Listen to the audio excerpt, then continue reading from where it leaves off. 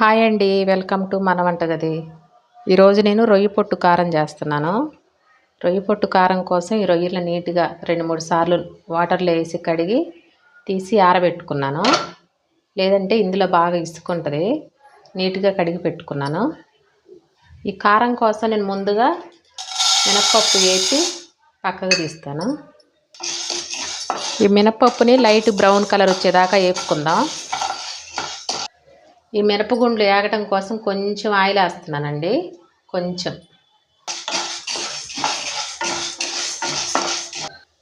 ఈ మినపగుండ్లని స్టవ్ సిమ్లోనే పెట్టుకొని వేపుకోవాలండి. లేదంటే హైలో పెట్టామంటే వెంటనే మాడిపోతాయి, ఏగవు. మినపప్పు వేగిపోయాయండి, బ్రౌన్ కలర్ వచ్చాయి, లైట్ బ్రౌన్ కలర్ వచ్చాయి. ఈ మాత్రం వేపుకుంటే చాలు. వీటిని తీసి ఒక ప్లేట్లో వేసేసుకుందాం. శనగపప్పు వేస్తున్నానండి. ఈ శనగపప్పును కూడా లైట్గా బ్రౌన్ కలర్ వచ్చేదాకా వేసుకుందాం. మినప్పప్పు ఎక్కువ వేసాను కదండి, శనగపప్పు అన్నీ వేసుకోకూడదు, కొన్ని వేయాలి. కొంచెం తగ్గించేసుకోవాలి మినపప్పు కన్నా. శనగపప్పు కూడా వేగిపోయాయండి. వీటిని కూడా ఒక ప్లేట్లోకి తీసేసుకుంటాను. చూడండి, లైట్ బ్రౌన్ కలర్ వచ్చాయి, ఇవి కూడా మంచిగా వేగాయి. వీటిని కూడా ఒక ప్లేట్లోకి తీసేసుకుంటా. నెక్స్ట్ పల్లీలు కూడా వేస్తానండి. ఈ కారానికి చాలా టేస్టీగా ఉంటాయి ఇవన్నీ మొత్తం. వీటిని కూడా వేపుకోవాలి. ఈ పల్లీలను కూడా సిమ్లో పెట్టి ఫ్రై చేసుకుంటున్నానండి. పల్లీలు కూడా వేగిపోయాయండి, చిటాపటా అంటున్నాయి.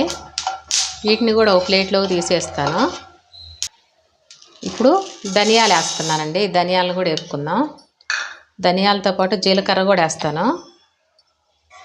ఈ జీలకర్రను కూడా దీంతో పాటే వేపుకుందాం.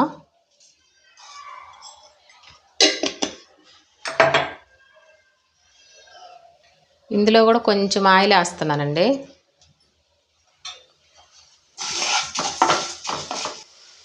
ఈ కరివేపాకును కూడా ఇందులోనే వేస్తున్నానండి.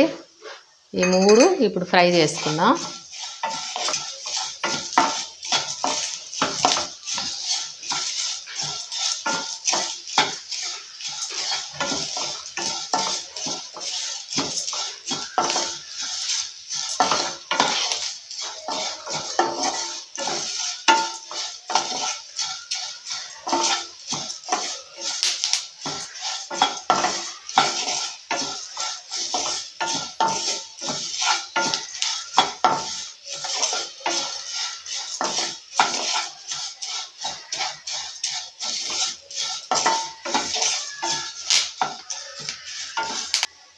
ధనియాలు, జీలకర్ర, కరివేపాకు వేగిపోయిందండి చక్కగా. దీన్ని ఒక ప్లేట్లోకి తీసేసుకుందాం.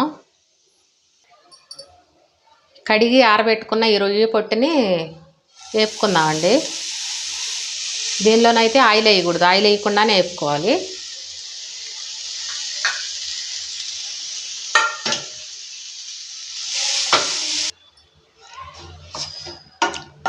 ఈ రొయ్య పొట్టుని వేపుకోవటానికి కొంచెం టైం పట్టుద్దండి.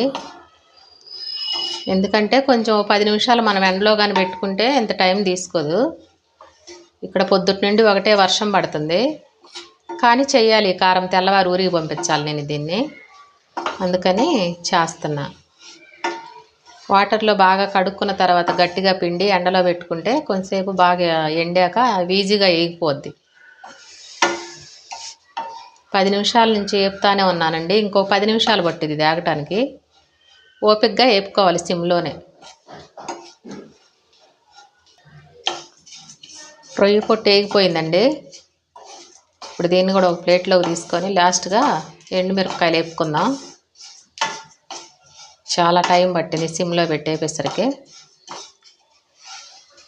చక్కగా వేగిపోయింది. దీన్ని ఒక ప్లేట్లోకి తీసుకుంటా. ఇప్పుడు ఇందులోనే 2 స్పూన్లు ఆయిల్ వేసేసి ఎండుమిర్చి వేస్తున్నానండి. కారం ఎక్కువ తినాలనుకున్న వాళ్ళు ఎక్కువ వేసుకోవచ్చు. అంత కారం మాకు వద్దు అనుకున్న వాళ్ళు తగ్గించేసుకోండి. మేమైతే కారం బాగా తింటాం.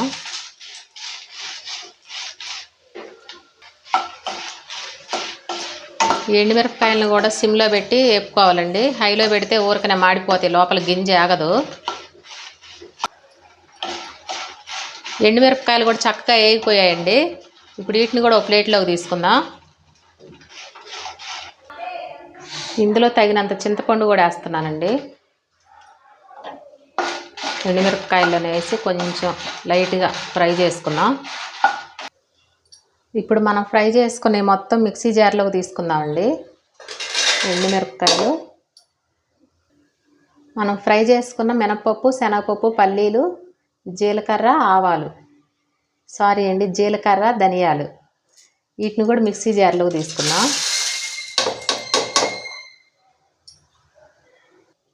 తగినంత సాల్ట్ వేసుకుందామండి. సరిపోతే మళ్ళీ వేస్తాను చూసి. ఇప్పుడైతే దీన్ని మిక్సీ పట్టుకుందాం. ఇదిగోండి కారపొడి. ఒకేసారి మెత్తగా పట్టుకోకుండా ఫస్ట్ కొంచెం ముక్క చెక్క అంటే బరకగా పట్టుకొని తర్వాత మనం రొయ్యి పొట్టు వేసుకుందాం.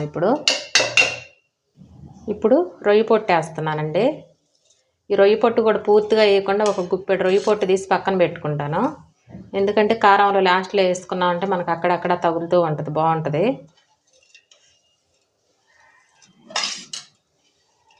ఇదిగోండి, ఇది విడిగా తీసుకొని ఉంచుకుంటున్నాను. కారం అయితే మెత్తగా మదిగిపోయిందండి, మరీ మెత్తగా కాకుండా కొంచెం లైట్గా బరక. ఇప్పుడు 2 చిన్నుల్లిపాయలు వలుసుకొని పొట్టుతో సహా వేసేసుకుంటున్నానండి. వీటిని కూడా మిక్సీ పడతాను. ఎల్లుల్లిపాయలు కూడా వేసి మిక్సీ పట్టానండి, మెదిగిపోయింది. కారం అయితే రెడీ అయిపోయింది. రెండో పొయ్యి మీద రైస్ పెట్టాను, అది కూడా అయిపోయింది. ఇప్పుడు వేడి రైస్లో వేసుకొని టేస్ట్ ఎలా ఉందో చూసి మీకు చెప్తా. మర్చిపోయా, ఇది రొయ్యి పొట్టు తీసుకున్నాం కదా, ఇది ఇందులో వేసి మిక్స్ చేసుకోవాలండి.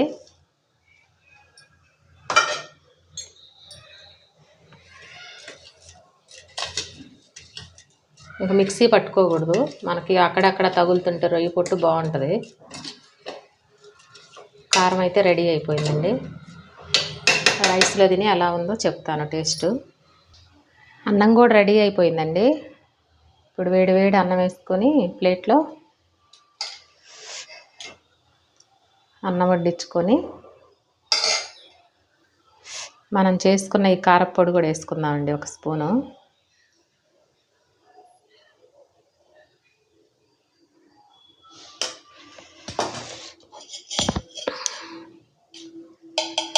నెయ్యి కూడా వేసుకుందామండి.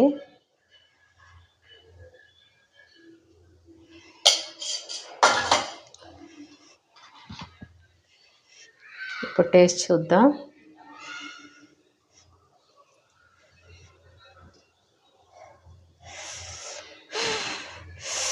కాలుతుందండి అన్నం, ఇప్పుడే అయింది. ఈ కారం చూస్తుంటే ఎప్పుడెప్పుడు తినాలా అనిపిస్తుంది.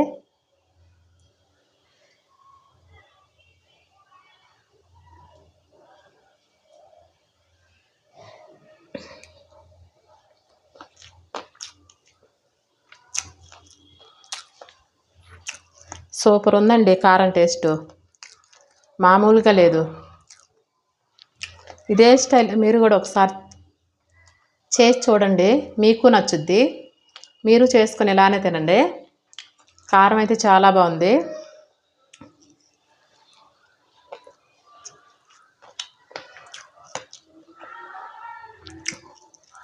నేను చేసిన కారం విధానం మీకు నచ్చితే లైక్ చేయండి, షేర్ చేయండి, సబ్స్క్రైబ్ చేయండి.